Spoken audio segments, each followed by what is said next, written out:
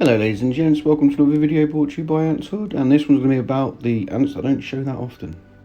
I think we'll start with these lovely ladies. These are my Camponotus paresis. I don't know how you pronounce it. It's Latin again, guys. I can't even read English, never mind trying to read Latin. If you click the card in the top right now, you'll see the history of these ladies. I had a bit of trouble with them earlier in the year, but now I've moved them back into a test tube after that atrocious outworld nest I put them in. They're doing really well. I've got maybe 25 workers, but just look at her colours. She is beautiful. Get the light on her and she just shines like silk. Gorgeous. I can't believe these are not more popular than what they are, because not many people have really got them. They should. They're missing out. I'm currently trying to get him to move into this Antboy UK blackout nest. Now, I was going to do a review on this nest, but it didn't come together very well, so I abandoned it. I'm not massively happy with this outworld. I did review it and said it was really good. It is really good, but I've got issues with the bottom corners. As you can see here, there's slight gaps because they're curved rather than flattened off. So what that means is when I've put my Lagus nigers in there, they escape. They're great with bigger ants like my paresis, but small tiny ants like Lagus nigers or escape experts, you will need to modify it somewhat so they don't get out. And if you guys really do want to see a review of that blackout nest from Antboy UK, drop me some comments and I'll see if I can put one together again. It wasn't a car crash like the last one. Anyway, back to the ants. You know, I really don't know why I don't show these that much. I think it's probably because they're really sensitive towards vibrations, and when they're on my desk with me constantly, I think at the time I was making models, playing my games on my PC, so it was noisy, there was a lot of vibrations, and I just don't think she did very well. Excuse me. But once I put her on my incubation table, which is like vibration free, as it were, because it's not really on a loose table, they've really picked off and they've really kicked off. The only issue I've got at the moment, she's not laying eggs because she's in the light, like here, because I'm trying to get it to move into that nest. But generally speaking, though, she's done really, really well. I'm hoping sometime this winter, when she develops a bit more workers, then she relaxes a bit more and I can put her on a table, and then I can observe her more, do more videos and stuff like that. I really need to change the setup if they get much bigger, because this outworld's a bit too small, but I'll cross that bridge when I get to it. But just look at her colours, look at the silkiness of a exoskeleton. She's just gorgeous. Just look at that. Oh, shiny. I don't know why not many people have these ants, because the Camponotus, yes, they're slow growing, but they're quite large. They're polymorphics. They've got loads of different size workers. I obviously haven't yet, but I will. And they're just beautiful in the light. If I do get a setup for this, I'm definitely going to put a light over it so I can show the colours when they're in their outworld. I don't know why I put this video in, but I put it in. This is just me cleaning them out, changing their food and stuff. The honey's leaked onto the bottom, so what I've done is got a cotton bud, put some mineral water on it to clean up all the excess, well, it's kind of thick honey now, and you turned it around and used the other side to dry it off before I put some new food in. Now, these ladies are relatively cheap. I've seen them for sale last night when I was looking at ant sites, and they're only about 20-25 quid. I would recommend them, but you need to be patient with them and watch out for the vibrations. Let's move on to my Mesa aciculatus. Latin, I hate you, and you hate me, I know. If you want to check these ladies out on my other videos, click the card in the top right corner now. Now, these guys are doing really well as well. That's mould, I need to clean it out, especially after my honey pots. I think I've got about 10 to 15 workers, not entirely sure, but they're doing well now. I've left them on the incubation table as well because they're quite sensitive to the vibrations. Now, I was worried about them because I was putting food, seeds and stuff, but I didn't see them actually ever coming out of the test tube.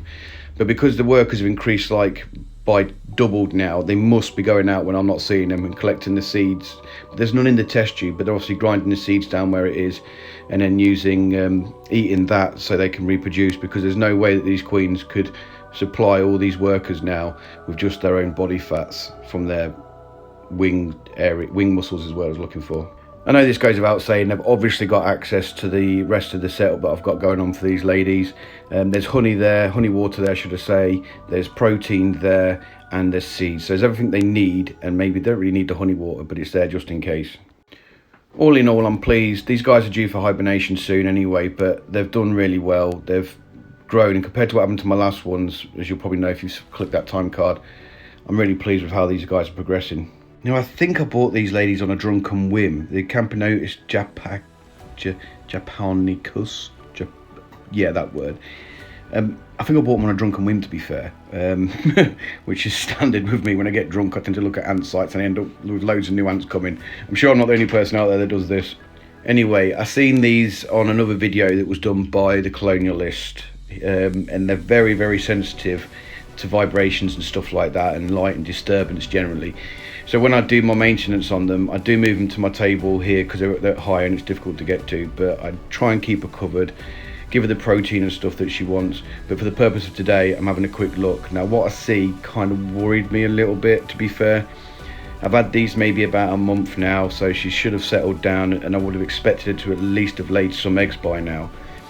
I think she's at the right heat and anything. I don't need to worry too much about that. And I think the conditions are right, but I just didn't quite figure out what I was doing.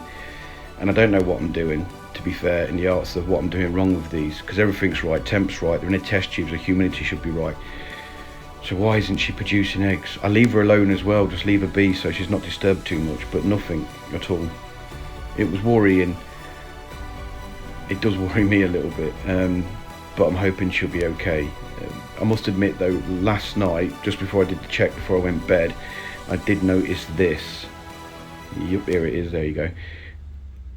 The little bit of cockroach has gone, which means they've gone out and they've picked up the cockroach. Now, I know there's no young there, so they can only collected it for the queen. So I'm fingers crossed, hopefully, she's now taking protein, so she's going to start ovulating and producing eggs.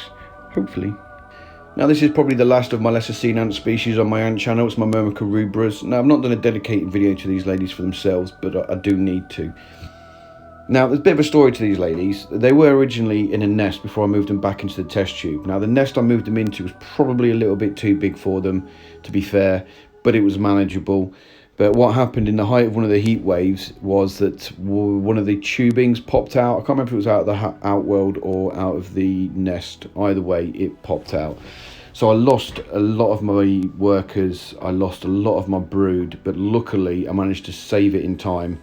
So the queens didn't move. I've got two queens in here. You'll see them side by side in a second anyway. But they struggled to recover, to be fair. And I was starting to get a tad concerned. But as you can see from this video, I've moved them back into a test tube, which they would not leave their old nest. I mean, literally would not leave it. I only just recently got them to move, to be honest. But anyway, they're in the test tube. They are getting ready for... I've put them in a test tube again to get them ready for the hibernation. And I'm about to put them in a fridge today, to be honest, just to start that slow cool down. Look, there's the two queens side by side. They are really pretty. As you can see from some of the ants as well, their abdomens are absolutely rammed full of honey water. I gave them loads and loads of honey water so they could gorge themselves. So I've got that energy to pass them through the winter. So hopefully next year, when I don't have the accident that I had, they'll be featuring in their own videos. Fingers crossed. Well, that brings this video to an end then, guys. I hope you enjoyed seeing the lesser featured ants that I have on my channel, and I hope you enjoyed them. Hopefully, fingers crossed, going forward next year, we'll get some more videos out about them. And anything else I tend to buy when I'm drunk, which I do a lot. Check out my Instagram page, it's Ants Hood. What I tend to find myself putting on there is little video snippets that I make during day-to-day looking after my ants that don't necessarily make it into my videos and stuff like that. So if you want to check that out, like it and whatever you do on Instagram. I'm new to Instagram, so whatevs.